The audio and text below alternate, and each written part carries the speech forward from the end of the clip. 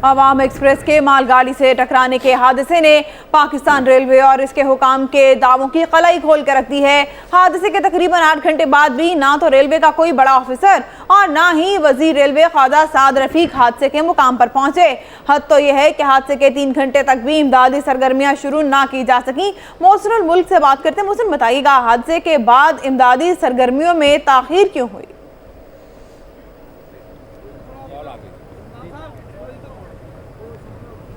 जी बिल्कुल, जो सुबह 3 बजे होने वाला हादसा इस वक्त जो है अपने इख्तिताम पर है। तमाम तर सूरत हाल जो है अब कंट्रोल है, लेकिन उसके बाद जो 3 बजे ये ट्रेन टकराई, जिस वक्त हमने यहाँ पर आके मुख्तलिफ मुसाफिरों से भी बात की, उनका कहना था कि अचानक से एक ब्लास्ट की आवाज़ आई, जिसके बाद उन्हें कुछ पता नहीं चला। इस हादसे में 4 अफराद जाँ बहक हुए, जबकि 52 अफराद जो हैं ज़ख्मी हुए हैं। उसके अलावा यहाँ पर अभी इमदादी कार्रवाइयाँ तो जारी हैं, लेकिन अगर बात की जाए मुतलका अफसरान की तो डीए जो है ज़फ़रुल्लाह कुल्हाड़ वो यहाँ पर मौजूद नहीं है थे। वो ईद की तातील पर अपने आबाई गांव गए हुए थे, जबकि दूसरी जानिब डीसीओ रेलवे जो है वो भी चाइना का दौरा करके कुछ दिन पहले वापस आए थे और ईद की छुट्टियाँ मनाने के लिए वो भी घर गए हुए थे। लेकिन इस सारी सिचुएशन में अगर बात की जाए वजारत रेलवे की तो ख्वाजा साद रफीक बिल्कुल यहाँ नहीं पहुंचे, लेकिन पाक फ़ौज के जो दस्ते और अफसरान यहाँ पर ज़रूर आए। और उसके बाद जो कुछ कार्रवाइयाँ हमने ज़रूर देखी यहाँ पर कि तेज़ी आ गई उसमें। सुबह 3 बजे से होने वाला हादसा 8 बजे तक सिर्फ रेस्क्यू 1122 की टीमों की तरफ से जो मरहम पट्टी है और दीगर जो अस्पतालों की तरफ मरीज़ों को शिफ्ट करने का काम वो तो देखा गया, लेकिन उसके बाद जो हैवी क्रेन्स मंगवाई गई 8 बजे के बाद जब पाक फ़ौज के जवान यहाँ पर आए तो इमदादी कार्रवाइयाँ शुरू हुई। उसके बाद ट्रैक को क्लियर करने का काम शुरू हुआ। रेलवे हुकाम के मुताबिक 4 घंटे लगेंगे अप ट्रैक को बहाल करने में, जबकि 10 से 12 घंटे लग सकते हैं डाउन ट्रैक को बहाल करने में। लेकिन इस वक्त जो क्रेन जो है वो ट्रैक को क्लियर करने का काम भी कर रही है। उसके अलावा यहाँ पर ना सिर्फ रेस्क्यू 1122 की टीमें जो है 8 बजे तक हमें इस जाए वकुआ पर नज़र आई। उसके बाद 8 बजे पाक फ़ौज ने आके ये सारा कंट्रोल संभाला और उस वक्त तक शायद रेलवे हुकाम, क्योंकि अफसरान यहाँ पर मौजूद नहीं थे, उनसे डिसीजन लेना मुश्किल हो रहा था कि इस ट्रैक को कैसे बहाल किया जाए। जब हमने पाक फ़ौज को यहाँ पर आकर देखा, उनके आला अफसरान यहाँ पर आए, उन्होंने तमाम तर सिनेरियो देखा। उसके बाद यहाँ पर काम में भी तेज़ी आ गई और उसके बाद ट्रैक जो है अब काफ़ी हद तक 40% जो है काम इसका कर लिया गया। लेकिन अभी भी जो अब ट्रैक है लाहौर की जानिब जाने वाला मुल्तान से होकर, उसे 4 घंटे मज़ीद दरकार हैं, जबकि कराची वाला ट्रैक 12 घंटे रेलवे हुकाम के मुताबिक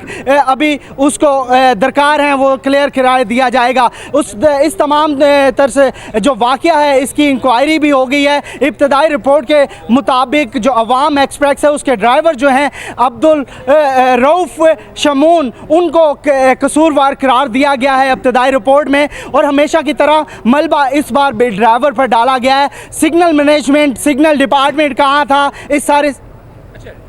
अच्छा मोहसिन, ये बताएगा जीओसी मुल्तान मोहम्मद आरिफ हादसे के मकाम पर पहुंच गए, वजीर रेलवे ख्वाजा साद रफीक क्यों ना पहुंच सके?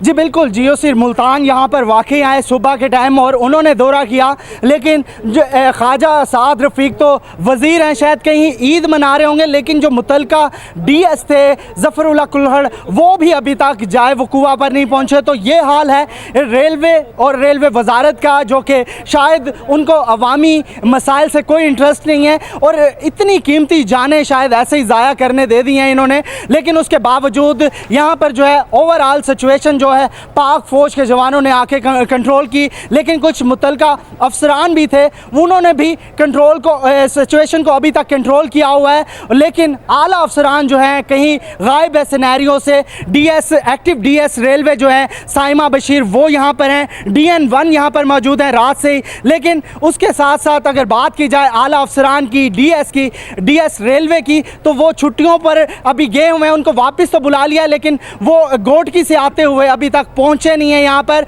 और ख्वाजा साद रफ़ीक की अगर बात की जाए, वो करीब बेशक हैं, लाहौर हैं, 6 घंटे में आ सकते थे, लेकिन वो अभी तक नहीं पहुँचे। जबकि दूसरी तरफ पाक फ़ौज के आला अफसरान हमने देखा कि उन्होंने सुबह के टाइम ही यहाँ पर विज़िट किया। उसके अलावा DCO मुल्तान भी यहाँ पर आए, लेकिन इस सारे सिनेरियो में जो आला अफसरान अगर रेलवे के बताए जाएँ, वो अभी तक यहाँ पर हमें कहीं नहीं नज़र आए। लेकिन पाक फ़ौज के अफसरान यहाँ पर ज़रूर आए, उन्होंने सारे सिनेरियो को देखा, उसके अलावा सारे मामले को ख़ुद कंट्रोल किया। और यहाँ से जो 2 क्रेनें हैं वो भी 8 बजे के बाद आई, एक समरसट्टा से बुलवाई गई और दूसरी जो है खानेवाल से बुलवाई गई। लेकिन अभी भी जो काम है 40% मुकम्मल कर लिया गया है, लेकिन रेलवे हुकाम का कहना है कि अभी भी जो टाइम दरकार है और उसके साथ साथ यहाँ पे जो है ट्रैक बहाली के लिए उनकी प्रेफरेंस है कि जल्दी से जल्दी ये काम कंप्लीट किया जाए। जो मुतलका अफसरान हैं DN, वो भी यहाँ पर मौजूद हैं, उनसे भी पूछते हैं। सर ये बताएं कि अब तक आपके DN भी नहीं आए, ख्वाजा साद रफ़ीक साहब भी नहीं आए,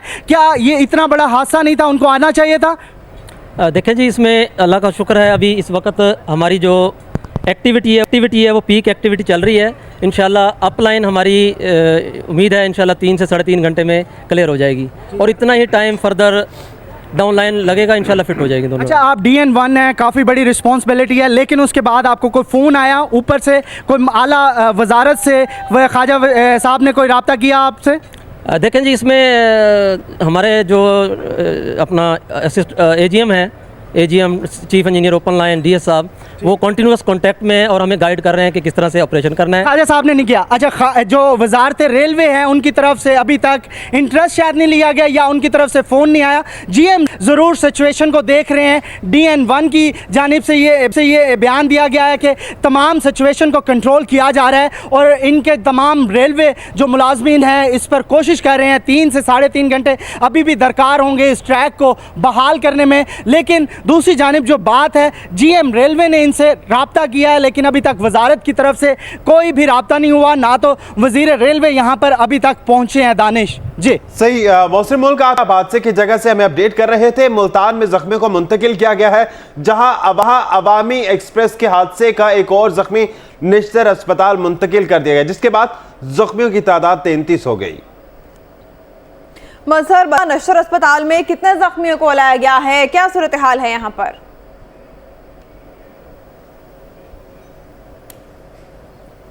जी, निश्तर अस्पताल में इस हादसे के बाद इमरजेंसी नाफिज कर दी गई और अब तक जो रेस्क्यू 1112 हैं और ईदी के जो सर्विस है, एम्बुलेंस सर्विस, उन्होंने तकरीबन 33 जो ज़ख्मी हैं उनको यहाँ पर मुंतकिल किया है और उनको तिब्बी इमदाद भी दी जा रही है, जिनमें से 18 जो ज़ख्मी हैं उनकी हालत काफ़ी तशवीशनाक बताई जा रही है। उनको हेड इंजरीज़ हैं, जबकि उनकी टांगों पर भी काफ़ी शदीद चोटें आई हुई हैं और वो अनकॉन्शियस हालत में हैं। इस हवाले से जो निश्तर की इंतज़ामिया है, उन्होंने जो न्यूरो सर्जन्स हैं उनकी खिदमात ली हैं और पैरामेडिकल जो स्टाफ है उसको भी तलब किया गया है, ताकि जो ज़ख्मी हैं उनको बेहतर से बेहतर तिब्बी सहूलियात मुहैया की जा सकें। जबकि जो रेस्क्यू 1112 के ज़राए हैं, उनका ये कहना है कि जो अब तक 4 अफराद इस हादसे में जाँ बाक हो चुके हैं और 85 अफराद ज़ख्मी हुए थे, जिनमें से जो 53 अफराद थे उनको मौके पर ही तिब्बी इमदाद दी गई और उसके बाद वो मामूली ज़ख्मी थे, उनको मौके पर तिब्बी इमदाद के बाद दोबारा ट्रेन में बिठाया गया और उस ट्रेन को दोबारा खानेवाल लाकर वाया कार्ड लाइन, बरास्ता कार्ड लाइन, उसको दीगर ट्रेन के साथ जोड़कर उनको कराची की जानिब रवाना किया जा रहा है।